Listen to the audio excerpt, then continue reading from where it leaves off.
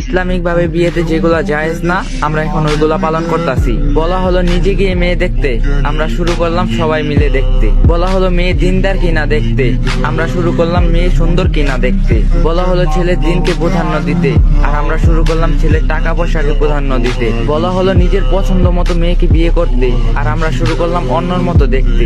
বলা হলো মেয়ের মতামত নিয়ে বিয়ে দিতে, আর আমরা শুরু করলাম নিজের ইচ্ছাতে বাধ্য হয়ে বিয়ে দিতে। বলা হলো কম খরচে বিয়ে করতে, আর আমরা শুরু করলাম অনুষ্ঠানের নামে টাকা অপচয় করতে। বলা হলো মসজিদে বিয়ে করতে, আর আমরা শুরু করলাম সেন্টারে শুটিং করে বিয়ে করতে। বলা হলো আল্লাহর সন্তুষ্টির জন্য বিয়ে করতে, আর আমরা শুরু করলাম নিজের স্বার্থের জন্য বিয়ে করতে। বলা হলো ছেলের পক্ষে ওয়ালিম করে মানুষকে খাওয়াতে, আর আমরা শুরু করলাম মেয়ের বাবার উপর জুলুম করে খাইতে। বলা হলো স্ত্রীর মহারানা পরিশোধ করতে, আর আমরা শুরু করলাম যৌতুক নিতে। বলা হলো বিয়েকে সহজ করতে, আর আমরা শুরু করলাম কঠিন করতে। বলা হলো নতুন বউকে দেখে দোয়া করতে, আর আমরা শুরু করলাম হাতে টাকা ঘুরিয়ে দিতে। বলা হলো স্ত্রীকে ভালোবাসতে, আর আমরা শুরু করলাম শালীর সাথে মিশতে। বলা হলো স্ত্রীকে সুন্দর করে কথা বলতে, আর আমরা শুরু করলাম দাসীর মতো আচরণ করতে। আল্লাহ তাআলা আমাদের সবাইকে ফিতনা থেকে হেফাজতে রাখুন, আমাদের সকলকে বুঝার তৌফিক দান করুক, আমিন।